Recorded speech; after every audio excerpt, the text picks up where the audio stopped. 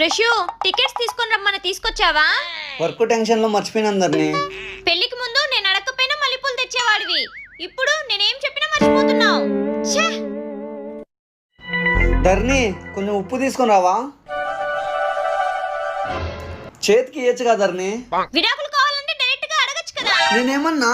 మరి ఉప్పు చేతికిస్తే మన మధ్య గొడవలు రావాలనే కదా. ఉప్పు చేతికిస్తే ఇంత చరిత్ర ఉందా?